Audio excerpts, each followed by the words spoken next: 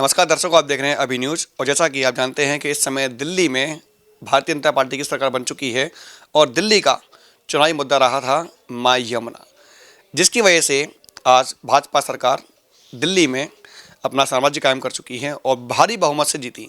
लेकिन मथुरा में यमुना की स्थिति क्या है, ये जानने के लिए एक बार फिर से हम बात कर रहे हैं यमुना के किनारे पर ही माट गाँव के विधायक राजेश चौधरी से, जिनसे जानेंगे कि मथुरा में आखिर क्यों यमुना की स्थिति में सुधार नहीं आ पा रहा।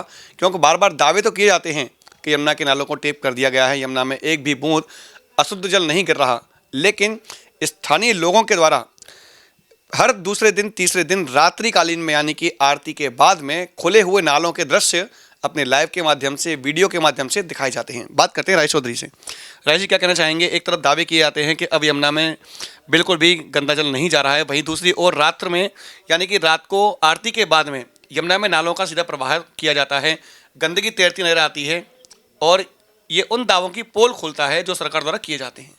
देखिए, जैसा आपने अपने संबोधन में अभी भी कहा कि यमुना हमारी माँ है, माँ यमुना शब्द प्रयोग किया, तो वास्तव में वो हमारी माँ है, पूरे ब्रजवासियों की माँ है। पूरा लालन पालन किया ब्रज का, और हम माँ से भी बढ़कर के यमुना माँ को मानते हैं। यदि आप उस पॉल्यूशन की जो बात कर रहे हैं देखेंगे, तो दिल्ली से ऊपर यदि यमुना का जल आप देखेंगे तो बड़ा शुद्ध है, वहाँ पर वो गंदा नहीं है। जैसे ही दिल्ली में टच करती है यमुना मैया, तो तुरंत उसमें पूरे सीवेज, दिल्ली की गंदगी, जहाँ तक मेरा आइडिया है लगभग 350-400 MLD पानी आता है दिल्ली में यमुना का, और दिल्ली से निकलते ही वो 1800 हो जाता है। तो दिल्ली में कोई पहाड़ तो है नहीं, ना कोई ग्लेशियर है कि वो वहाँ पे कोई टूट रहा हो। ये सब गंदगी ये केजरीवाल का पाप ढो रही है यमुना मैया। 12 साल तक, मेरी बात पूरी होने दीजिए, 12 साल तक जो केजरीवाल ने किया दिल्ली के साथ, तो उससे हमारी यमुना माँ भी ब्रज में आकर के गंदी हो गई। हमने तो प्रयास किया कि हम गंगा का पानी ला करके हरनौल स्केप के माध्यम से यमुना में डाला, उससे आपको उतनी पवित्र दिख रही है। बंगाली घाट पे जाएंगे, विश्राम घाट पे जाएंगे, उन घाटों पे जाकर के देखेंगे। ज़्यादातर यमुना तो मेरे क्षेत्र से ही जाकर के होकर के गुजरती है। हमारी ये जिम्मेदारी बनती है। आपका आरोप भी ठीक हो सकता है, यदि रात में इस तरह से कोई नालों को, गंदे नालों को वहाँ छोड़ता है, तो इसकी सरकार सख्ती से जांच कराएगी और कार्रवाई करेगी। ऐसा नहीं होने दिया जाएगा। हमने ट्रीटमेंट प्लांट लगाए, जमुना पार पे रिफाइनरी के सहयोग से ट्रीटमेंट प्लांट लगाए, सरस्वती कुंड पे ट्रीटमेंट प्लांट लगाए, आकाशवाणी पे ट्रीटमेंट प्लांट लगाए, पर और इसकी शुद्धता किए जाने की आवश्यकता है, इसमें कोई संदेह नहीं है। सरकार गंभीर है। मैं भी सरकार में बात करूंगा, मुख्यमंत्री जी से बात करूंगा, और गंगा माँ को हम कैसे पवित्र कर सकते हैं, कैसे शुद्ध कर सकते हैं, इसके लिए हम वचनबद्ध होकर के काम करेंगे। जैसा कि अभी आपने ही अपने संबोधन में कहा था कि बड़े क्षेत्र में आपके यानी कि आपके विधानसभा क्षेत्र में मां यमुना होकर निकलती हैं। आपने आरोप लगाया दिल्ली सरकार पर कि दिल्ली से यमुना अशुद्ध आ रही है, लेकिन आपके क्षेत्र में यमुना का वही जल शुद्ध दिखाई देता है क्योंकि मथुरा से ऊपर है। जो गंदगी प्रारंभ होती है वो मथुरा के बिल्कुल किनारे से यानी कि वृंदावन और मथुरा के मध्य में जो नाले खुले होते हैं, वहाँ से प्रमुख रूप से जो नाले खुले हुए हैं उनके माध्यम से यमुना में दूषित जल जा रहा है। बात मथुरा के विश्राम घाट की करते हैं। आखिर हजारों लोगों की आस्था का केंद्र है, तीर्थ क्षेत्र है। यहाँ के विधायक कई बार कह चुके हैं, यहाँ के सांसद ने आवाज़ उठाई है, लेकिन उसके बावजूद भी जो लोग यहाँ पर आते हैं उनकी धार्मिक भावनाएं आहत होती हैं उस दृश्य को देख करके जो उनको दिखाई देता है। देखिए, आप कभी कैमरा लेके शेरगढ़ जाइएगा, मेरा ही क्षेत्र है जी। शेरगढ़ से आगे से यमुना शुरू हो रही है, रायपुर जाइएगा, वहाँ भी काला पानी है। वहाँ जो दिल्ली की गंदगी आ रही है, हम लोग तो ट्रीटमेंट कर रहे हैं। और आज दिल्ली में सरकार बन गई है भारतीय जनता पार्टी की। आप देख रहे हो कितने गंभीर है। यमुना की जाके आरती की, वहाँ मशीन लग रही हैं, नालों को टेपिंग का काम हो रहा है। बहुत जल्दी आप परिवर्तन देखेंगे। वहाँ ट्रीट हो जाएगी तो यहाँ तो हम कर ही देंगे। यहाँ तो पहले भी बहुत काम हुआ है और काम करने की आवश्यकता है, वो करेंगे। और जो आप जैसा कह रहे हो कि नाले गिर रहे हैं, तो उसको दिखवा करके बंद कराने का काम किया जाएगा।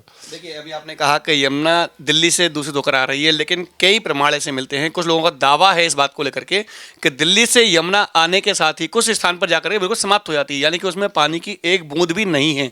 ऐसे में जो कुछ आ रहा है यहाँ पर वो केवल यहीं के आसपास क्षेत्रों का दूषित जल है जो कोसी कला से ऊपर हरियाणा के आसपास से आ रहा है।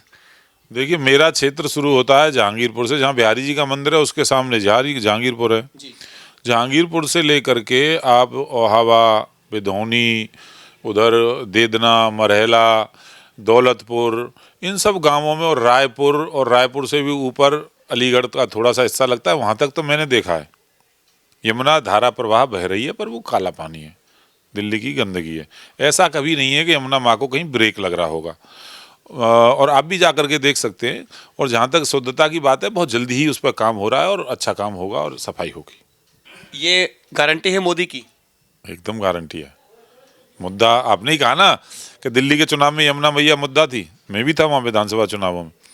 और जिनको ये मंत्रालय मिला है वो भी कपिल शर्मा जी, हिंदूवादी आदमी हैं, कपिल मिश्रा जी, और अच्छा परिणाम आएगा आपको। मथुरा की बात की जाए, मथुरा में गोकुल बैराज को लोग कहते हैं कि कांग्रेस की देन थी, और लोगों ने प्रदीप माथुर जहां गर्व से इस बात को कहते हैं कि मथुरा में अगर गोकुल बैराज ना होता तो शायद यमुना में जल ही ना होता।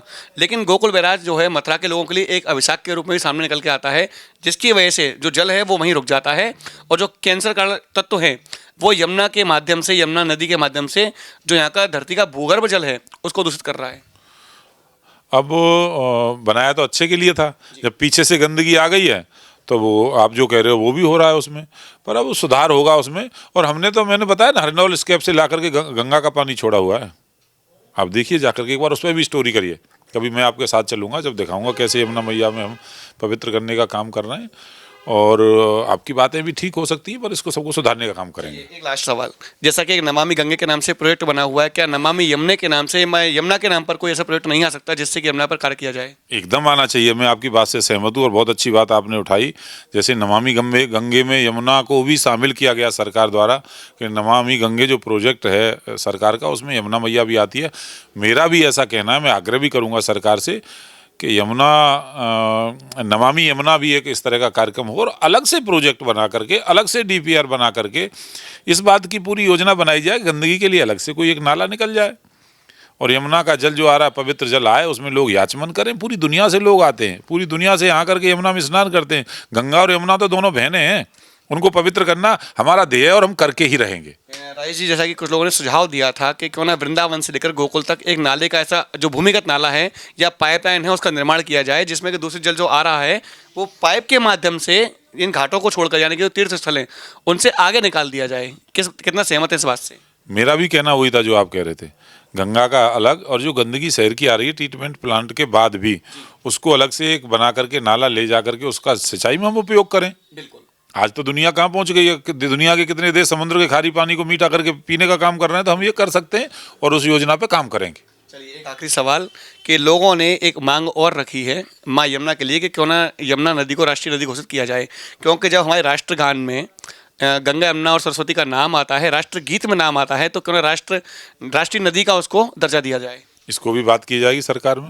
आपका सुझाव ठीक हो सकता है। यमुना के लिए तो हम तैयार हैं, हमारी पार्टी तो धार्मिक पार्टी है, हम तो धर्म के लिए काम कर रहे हैं, और ये सुझाव भी ठीक है। चलिए, एक आखिरी सवाल करना चाहूँगा। दिल्ली में इस वक्त जैसे छावा मूवी आई है, आपने देखा होगा, छावा मूवी आने के बाद में, देखने के बाद में लोगों में एक गजब का उत्साह देखा जा रहा है, और लोग कह रहे हैं जिन मुगलों ने यहाँ भारत में आकर के जो वीर शिवाजी थे, छत्रपति शिवाजी, संभाजी, या मतलब जितने भी शासक थे यहाँ के, उन पर आकर जिस तरीके से अपनी क्रूरता दिखाई थी, उनके नाम और निशान यहाँ पर नहीं होने चाहिए, जिसका प्रमाण देखने को मिला दिल्ली के एक औरंगजेब रोड पर, जहाँ पर लोगों ने काले पोत करके वहाँ पर छत्रपति शिवाजी मार्ग के नाम के पोस्टर लगा दिए। क्या कहना चाहेंगे इस बारे में? देखिए, भारत की एक संस्कृति महान संस्कृति रही है, भारत विश्वगुरु रहा है, दुनिया के अंदर हम हमेशा श्रेष्ठ रहे। कालांतर में जो मुगल आक्रांता यहाँ आए, उन्होंने देश को लूटने का काम किया। औरंगजेब हो या जो भी, औरंगजेब के नाम को तो मोदी जी ने बदल दिया, पहले ही बदला जा चुका है, पर और भी बहुत सारे ऐसे अत्याचारी अन्यायी शासक इस देश पर रहे जिनके नाम से रोड हैं, उनको बदला ही जाना चाहिए। सहमत हैं इस बात से? तो देखिए, जिस प्रकार से आज सहमति प्रदान की है मथुरा विधानसभा के 5 विधानसभा क्षेत्रों में से एक माठ विधानसभा क्षेत्र के विधायक राजेश चौधरी ने, कि जिन लोगों ने भारत में आके अपनी दुर्दांतता दिखाई, अपनी क्रूरता दिखाई, उन लोगों के नाम के अब यहाँ मार्ग भी नहीं होने चाहिए, और जो मार्ग बने हुए हैं उनके नाम परिवर्तन करने चाहिए। तो ऐसे ही विषयों पर लगातार बात करते रहेंगे, जुड़ते रहेंगे आप लोगों के साथ में, देखते रहिएगा अभी न्यूज़। फिलहाल के लिए इतना ही। मैं अपने सहयोगी गोपाल जग्गा के साथ गोपाल चतुर्वेदी, अभी न्यूज़। सबसे सस्ती, सबसे अच्छी और सबसे किफायती मोबाइल एसेसरीज पाने के लिए पहुँचे हर्षित टेलीकॉम।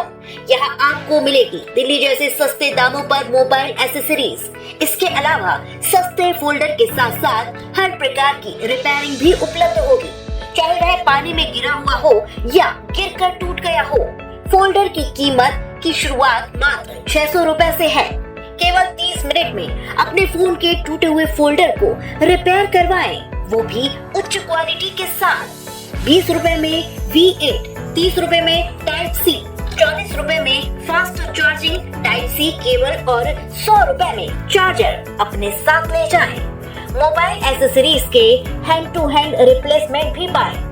जय खरीदारी करने पर मिलेगा आपको गिफ्ट डीलर और डिस्ट्रीब्यूटर बनने के लिए तुरंत संपर्क करें। हमारा मोबाइल नंबर है 9837678207। हर्षित टेलीकॉम, महाराजा कॉम्प्लेक्स के सामने वाली गली, टी पॉइंट पर, दिल्ली वाली बाउंड्री, सामुदायिक चिकित्सालय के सामने, मंडी चौराहा, महेंद्र नगर, मथुरा।